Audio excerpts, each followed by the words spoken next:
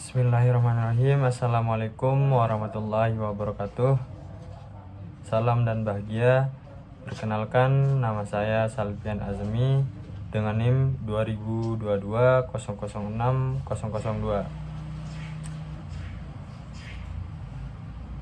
Apa kabar semua? Semoga dalam keadaan baik dan sehat walafiat. Nah, di sini saya akan menjelaskan tentang sistem kopling pada mobil. Memahami sistem kopling pada mobil adalah penting untuk memiliki mobil agar dapat menjaga dan merawat mobil dengan baik. Ayo kita pelajari lebih dalam sistem kopling. Pengenalan sistem kopling. Sistem kopling adalah komponen penting dalam mobil yang menghubungkan mesin dengan transmisi. Fungsinya untuk menghubungkan atau memutuskan tenaga dari mesin ke transmisi dengan menggunakan kemampuan gerak kopling yang bisa dilepas dan dihubungkan kembali. Selanjutnya, komponen sistem kopling. Yang pertama, plat kopling. Bagian utama dalam sistem kopling yang berfungsi untuk menghubungkan dan memutuskan tenaga antara mesin dan transmisi. Yang kedua ada pegas kopling. Pegas yang memberikan tekanan pada plat kopling sehingga dapat mengembalikan kopling dalam keadaan terbuka setelah dilepaskan. Yang ketiga ada peredam getaran.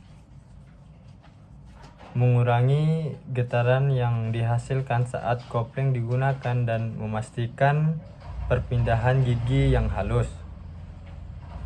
Dan yang terakhir, lever kopling. Lever kopling yang mengatur tekanan pada plat kopling untuk menghubungkan atau memutuskan tenaga dari mesin ke transmisi. Selanjutnya, prinsip kerja sistem kopling. Prinsip normal. Pada posisi normal, tekanan dari pegas kopling membuat plat kopling menempel dan menghubungkan tenaga dari mesin ke transmisi. Yang kedua, kopling dalam posisi terlepas. Ketika pedal kopling ditekan, tekanan pada plat kopling dikurangi sehingga kopling terlepas dan tenaga dari mesin tidak terhubung ke transmisi. Yang terakhir, kopling dalam posisi terhubung. Ketika pedal dibiarkan, tekanan pegas kopling membuat plat kopling menempel kembali dan menghubungkan tenaga dari mesin ke transmisi. Selanjutnya, macam-macam jenis kopling pada mobil. Yang pertama, kopling tunggal. Menggunakan satu plat kopling untuk menghubungkan dan memutuskan tenaga dari mesin ke transmisi. Yang kedua, kopling multiplat.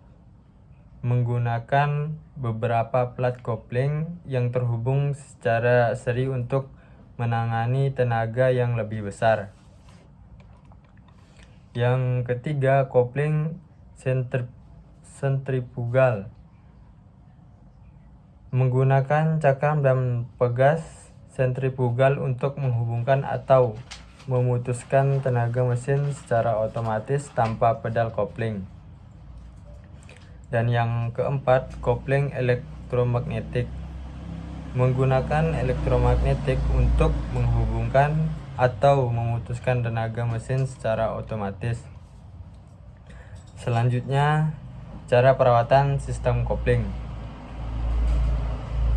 Yang pertama, pengecekan rutin. Lakukan pemeriksaan pada komponen kopling secara rutin untuk mendeteksi masalah potensial.